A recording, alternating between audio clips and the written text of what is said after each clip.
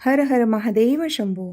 महाशिवरात्री निमित्ताने 750 वातींचा जो दिवा आपण लावणार असतो तो का लावावा, कसा लावावा, कुठे लावावा, तेव्हा आपण कोणकोणतं सेवा करायची आहे, त्याचबरोबर 750 वातींचा जो दिवा असतो त्याचं महत्त्व काय आहे, कशा पद्धतीने तो लावायला हवा की जेणेकरून आपल्याला 750 वात, ज्याला शिवरात्र वात असं देखील म्हटलं जातं, तो दिवा प्रज्वलित केल्याने आपल्याला कुठलं त्याचे फायदे असतात, त्याच्याने काय होणार असतं, याविषयी आपण अतिशय सविस्तर माहिती घेणार आहोत. त्यासाठी व्हिडिओ पूर्ण पहा.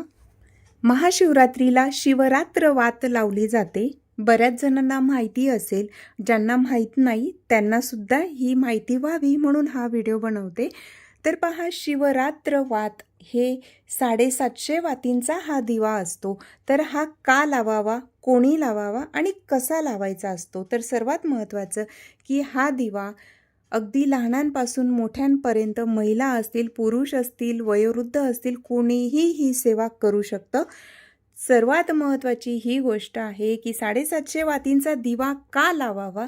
कारण वर्षभरात जर आपल्याकडून काही सेवा भक्ती जास्त झाली नसेल तर अशा वेळेला आपण महादेवांची महाशिवरात्र असते, हा खूप परमपवित्र पावन असा दिवस असतो. तर ह्या दिवशी आपण जी काही सेवा करतो, भक्ती करतो, नामजप करतो किंवा जी सेवा भक्ती भगवंताच्या चरणी अर्पण करतो, त्या सेवेचं आपल्याला, प्रत्येक कार्याचं आपल्याला अनंतपटीने पुण्यफळाची प्राप्ती करून देणारा असा हा पावन असा दिवस असतो. म्हणूनच जर वर्षभर कुठलीही जास्त सेवा नसेल झाली तर प्रत्येकाने महाशिवरात्रीचा जो पवित्र असा पर्व आहे त्या दिवशी सेवा करायला चुकवू नका. आणि महाशिवरात्राचं जे शिवरात्र वात असते ती सुद्धा जरूर अर्पण करा. शिवरात्र वात म्हणजेच 750 वातींचा जो दिवा असतो तर हा कुठे लावायचा आहे आणि त्याची वेळ काय आहे? तर हा जो दिवा आपण प्रज्वलित करणार असतो, 750 वातींचा जो दीप प्रज्वलित करणार आहोत, तर हा आपल्याला ज्या ठिकाणी तुम्ही राहतात तिथे जवळपास कुठे महादेवांचं मंदिर असेल तर मंदिरात जरूर ही सेवा भगवंताच्या चरणी अर्पण करा. कारण मंदिरात केलेल्याचं अनंतपटीने वेगळं विशेष असं त्याचं पुण्य असतं. म्हणूनच ही सेवा शक्य झाल्यास मंदिरातच करायची आहे. पण महाशिवरात्र म्हटली की प्रत्येक मंदिरांमध्ये गर्दी असते, मोठ्या मंदिरांमध्ये तर खूप जास्तच गर्दी असते. पण तुम्ही राहतात तिथे जवळ जर गर्दी राहत नसेल, कुठलं मंदिर असेल आणि तिथे जास्त तुम्हाला सेवा करू शकत असतील किंवा ही सेवा तिथे तुम्ही अगदी व्यवस्थितपणे करू शकतील तर त्या मंदिरात जाऊन तुम्ही ही सेवा जरूर करा. मंदिरात जाऊन ही सेवा करणं जर शक्य नसेल तर अशा वेळेला तुम्ही आपल्या देवघरासमोर बसून सुद्धा ही सेवा करू शकतात. तर आता ही 750 वातींचा जो दीप प्रज्वलित करायचा आहे, ही सेवा केव्हा करावी? महाशिवरात्रीच्या दिवशी अगदी दिवसभरात तुम्ही ही सेवा केव्हाही करू शकतात.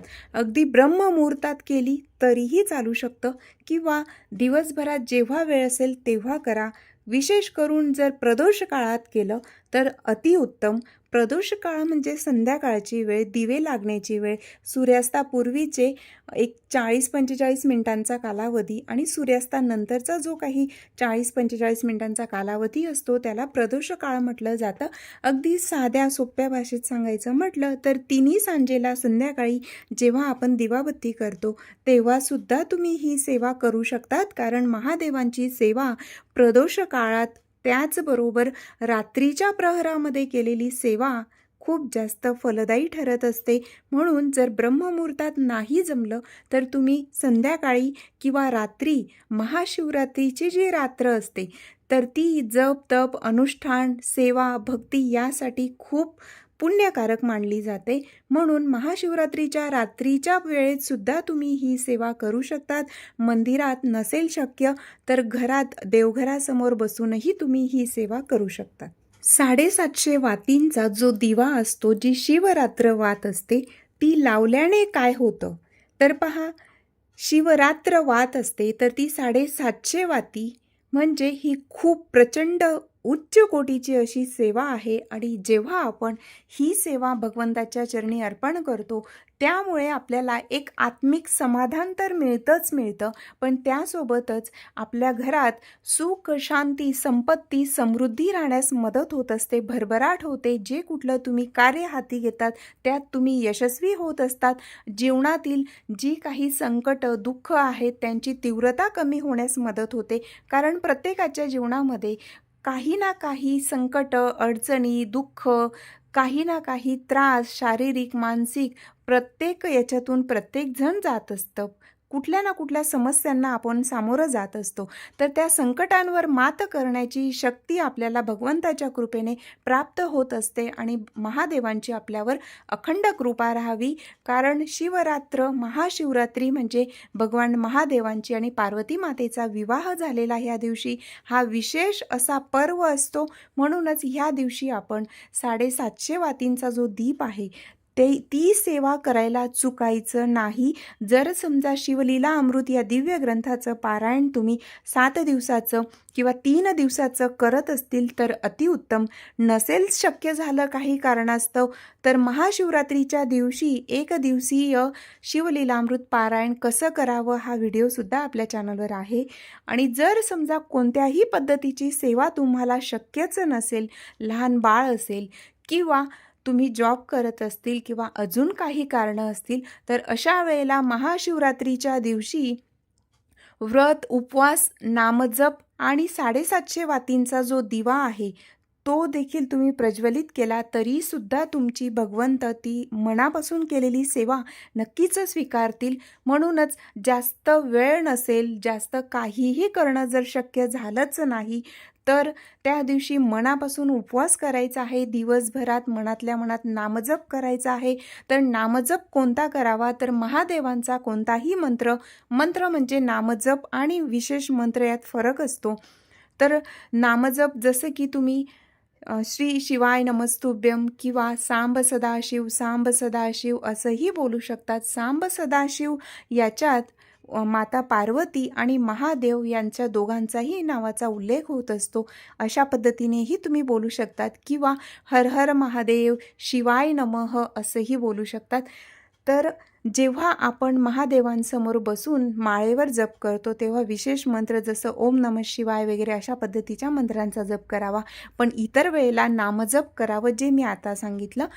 म्हणूनच 750 वातींचा जो दीप आहे तो जरूर प्रज्वलित करा. ही खूप साधी, सोपी पण तेवढीच उच्च कोटीची सेवा आहे. जर आपल्याकडून जास्त काही भक्ती होत नसेल, काही वेळेला आपली इच्छा असून सुद्धा जास्त करू शकत नाही, तर अशा वेळेला विशेष पर्वामध्ये विशेष वेळेत ह्या सेवा जरूर कराव्या की जेणेकरून आपल्याला पुण्य प्राप्त व्हावं, भगवंताची आपल्यावर अखंड कृपा राहावी आणि आपल्या जीवनात येणारे जी काही संकट, दुःख आहेत ती दूर होऊन आपल्या मनातील इष्ट मनोकामनांची पूर्तता व्हावी. त्यासाठी ह्या सेवा चुकूनही चुकवायच्या नाहीत. ज्यांना कोणाला माहिती नसेल त्यांच्यापर्यंत ही माहिती जरूर पोहोचवावी की जेणेकरून इतरांनाही त्याची मदत होईल. तर आता 750 वातींचा जो दीप आपण लावणार आहोत हा कसा लावावा. पहिली गोष्ट की 750 वातींचा म्हणजे जर दुकानात तुम्ही गेलात तर 750 वाती असलेला दीपसुद्धा आता रेडीमेड मिळतो. आणि नसेल शक्य, तुम्ही राहतात त्या भागात जर नसेल मिळत तर अगदी साध्या पद्धतीने आपल्याकडे ज्या कापसाच्या वाती असतात त्या 750 वाती मोजायच्या आहेत आणि त्या वाती तुपात, साजूक तुपामध्येच भिजवायच्या आहेत. तेवढ्यासाठी तरी आपण, ज्यांना शक्य नसेल पण प्रयत्न करा. जर आपल्याला काही मिळवायचं आहे तर त्यासाठी थोडं तरी आपण मेहनत घ्यायलाच हवी आणि शक्य झाल्यास तुपामध्ये ह्या वाती भिजवायच्या आहेत. व्यवस्थित 750 वाती मोजून त्या तुपामध्ये भिजवायच्या आणि त्यानंतर एक मोठी पंती घ्यायची आहे. मोठी पंती म्हणजे जे दिवाळीत आपण मोठे मातीचे दिवे लावतो त्यातला मोठा दिवा आणायचा आहे. 750 वाती आहेत त्यामुळे दिवा हा मोठाच असायला हवा. कारण जेव्हा ते प्रज्वलित होतं तर त्याचं जी अग्नी असते तो जरा जास्त मोठा होत असतो. म्हणूनच 750 वातींसाठी मोठा दिवा घ्यायचा आहे आणि तुपात भिजवलेल्या ज्या वाती आहेत त्या मोठ्या दिव्यात आपण लावायच्या आहेत. दिव्याची पूजा करायची आहे. दिव्याची पूजा झाल्यानंतर आपल्याला दिव्यासाठी आसन द्यायचं आहे. मी आधीच सांगितलं की जेव्हा ते प्रज्वलित होतं तर तेव्हा खूप जास्त त्याचं मोठं हे होत असतं आणि अशा वेळेला आजूबाजूला कुठे काही लागणार नाही हा विचार करून जरा अंतरावर अगदी देव्हाऱ्यामध्ये आपण हा दीप प्रज्वलित करायचा नाही. थोडं त्यासाठी चौरंग असेल किंवा छोटं पाट असेल त्याच्यावर सुद्धा तुम्ही देव्हाऱ्याच्या समोर हे ठेवू शकतात. विशेष काळजी घ्यायची आहे, काळजीपूर्वक ह्या गोष्टी करायच्या आहेत. तर जेव्हा तुम्ही तो दीप तयार केलेला असेल तर त्यासाठी आसन द्यायचं आहे, म्हणजेच अक्षता ठेवायच्या आहेत किंवा फुलांचं आसन असेल अशा पद्धतीनेही तुम्ही करू शकतात. कधीही दीप ती निरांजन असेल, मातीचा दिवा असेल किंवा पितळी दिवा असेल, जो कुठला दिवा असेल, अगदी रोजच्या सेवेमध्ये सुद्धा आपण जो काही दीप प्रज्वलित केलेला असतो तो डायरेक्ट जमिनीवर कधीही ठेवायचा नसतो. त्यासाठी आसन द्यायचं असतं. आसन म्हणजे त्यासाठी तुम्ही एखादी डिशमध्ये किंवा कशात तुम्ही ते ठेवलं तरीही चालतं, पण विशेष करून त्या डिशमध्ये अगोदर आपण थोड्या अक्षता ठेवायच्या आहेत. त्या अक्षतांवर हळदी कुंकू व्हायचं आहे आणि मग नंतर त्याच्यावर दीप ठेवायचा असतो. निरांजन, समई जे काही असेल ते इतर वेळेला सुद्धा हे आठवणीने करायचं असतं. कारण बऱ्याच वेळेला मी स्वतःसुद्धा पाहिलेलं आहे की डायरेक्ट जमिनीवर ती समई वगैरे ठेवतात, पण जमिनीवर ठेवायचं नसतं. शास्त्रानुसार असं करत नाही, म्हणून आपण त्याला आसन द्यायला हवं. तर अशा पद्धतीने 750 वातींचा जो दीप असेल तर त्याला आपण एखाद्या डिशमध्ये ठेवायचा. तो मोठी डिश घ्यायची आहे की जेणेकरून आपल्याला ते ओवाळतासुद्धा यायला हवं आणि आपल्या हाताला चटका वगैरे लागणार नाही. आणि त्या दिव्याच्या खाली आपल्याला अक्षता ठेवायच्या असतात.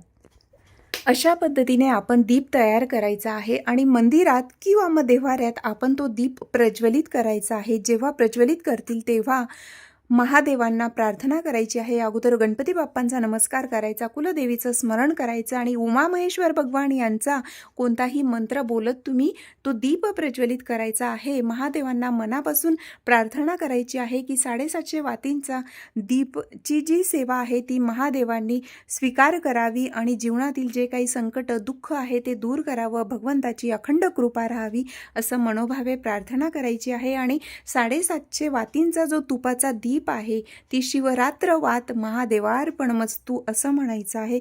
अशा पद्धतीने दीप प्रज्वलित करून तो तुम्ही महादेवांना, शिवलिंग असेल मंदिरात किंवा देव्हाऱ्यात, ते ओवाळायचं आहे आणि ते महादेवांसमोर ते तुम्ही ठेवू शकतात. अशा पद्धतीने जरा अंतरावर ठेवायचं आणि त्यानंतर मग हा दीप प्रज्वलित झालेला असेल त्यावेळेला आपल्याला कोणकोणती सेवा करायची आहे. सर्वात महत्त्वाचं की 750 वातींचा दीप हा बराच वेळ चालतो, म्हणूनच सांगितलं जरा अंतरावर ठेवा, सावधानी जरूर बाळगा. तर तेव्हा आपल्याला शिवस्तुती, कालभैरवाष्टक, 12 ज्योतिर्लिंग स्तोत्र, शिव अष्टोत्तर शतनामावली, शिवमहिम्न स्तोत्र, रुद्राष्टक स्तोत्र, महामृत्युंजय मंत्र, अमृत संजीवनी मंत्र, शिवलीलामृत ग्रंथातील जो 11वा अध्याय आहे ज्याला रुद्र अध्याय म्हटलं जातं तो सुद्धा तुम्ही पठण करू शकतात. त्याचबरोबर शिवलीलामृत या दिव्य ग्रंथातील ज्या 42 ओव्या आहेत त्या 42 ओव्या पठण केलं तर शिवलीलामृत ग्रंथाचं पारायण केल्याचं पुण्यफळ प्राप्त होत असतं. हे सुद्धा तुम्ही वाचू शकतात. त्यानंतर रामरक्षा स्तोत्र आहे. रामरक्षा स्तोत्र एकदा तरी जरूर पठण करावं, कारण भगवान महादेव हे प्रभू श्री रामचंद्र भगवान यांचे अनन्य भक्ती करणारे असे परमभक्त आहेत. म्हणूनच महादेवांना श्रीरामांचं नाव घेतलेलं प्रचंड आवडत असतं, कारण महादेव स्वतः रामनामाचा जप करतात असंही म्हटलं जातं. ज्या पद्धतीने भगवान विष्णू, नारायण महादेवांचे भक्त आहेत, तसेच महादेवसुद्धा प्रभू श्रीरामांचे निस्सीम भक्ती करणारे परमभक्त आहेत. म्हणूनच रामरक्षा स्तोत्र एकदा जरूर बोलावी. महादेवांच्या मंदिरात गेल्यानंतर राम राम नावाचा जप केला तरी सुद्धा चालू शकतं. म्हणजे हे विषयांतर होत आहे थोडं, पण जे मला व्हिडिओ बनवताना आठवलं ते मी तुम्हाला सांगते. कारण महादेवांच्या मंदिरात गेल्यानंतर रामनामाचा जप करायला विसरायचं नाही. मी स्वतःसुद्धा ही गोष्ट आठवणीने करत असते, म्हणून तुम्हाला सांगितलं. आता जे स्तोत्र सांगितले तर यातले तुम्ही जे जमतील ते तुम्ही पठण करू शकतात आणि प्रत्येक स्तोत्र अगदी एक एक वेळा बोललात तरीही चालू शकतं. सर्वच स्तोत्र बोलायला हवीत असं नाही. जे तुम्हाला जमेल ते जरूर करा. जर समजा यातली कोणतीही स्तोत्र बोलणं शक्य नसेल किंवा वेळ नसेल, तर अशा वेळेला तुम्ही फक्त महादेवांचा जो मंत्र जप तुम्हाला आवडत असेल, येत असेल, त्या मंत्राचा उच्चार करत किंवा नामस्मरण करत जेवढ्या माळा शक्य होईल तेवढी माळ जप तुम्ही करू शकतात. अगदी कोणतंही स्तोत्र बोलणार नसतील तर रामरक्षा तरी जरूर बोलावी आणि शिवस्तुती जरूर बोला. हे 2 स्तोत्र बोलल्यानंतर तुम्ही नामजप केला पूर्ण वेळ, म्हणजे जेवढा वेळ तुम्ही 750 वाती प्रज्वलित राहतील तेवढा वेळ तुम्ही कोणत्याही मंत्राचा जप अनुष्ठान पद्धतीनेही करू शकतात. त्याचबरोबर ही सेवा जर तुम्ही रात्रीच्या प्रहरात केली तर त्यावेळेला तुमच्याकडे भरपूर वेळ असणार आहे. तर अशा वेळेला तुम्ही अगदी काही नाही जमलं तरी फक्त आणि फक्त नामस्मरण करा, महादेवांचा जप करा, तरीही ही उच्च कोटीची सेवा महादेवांपर्यंत जरूर पोचणार आहे. महाशिवरात्रीचं 4 प्रहर पूजेचं अनन्यसाधारण असं महत्त्व आहे. ज्या वेळेला हा दिवा शांत होईल तर त्यावेळेला त्यावर दूध टाकायचं आहे. दूध म्हणजे अगदी दुधाचे थोडेफार असं शिंपडायचं आहे त्यावर आणि शांती शांती शांती असं 3 वेळा बोलायचं आहे आणि नमस्कार करायचा आहे. अशा पद्धतीने दिवा जरूर लावा. महाशिवरात्रीच्या दिवशी असा हा एक दिवा लावायला विसरू नका. माहिती आवडली असेल लाईक जरूर करा. हर हर महादेव शंभो.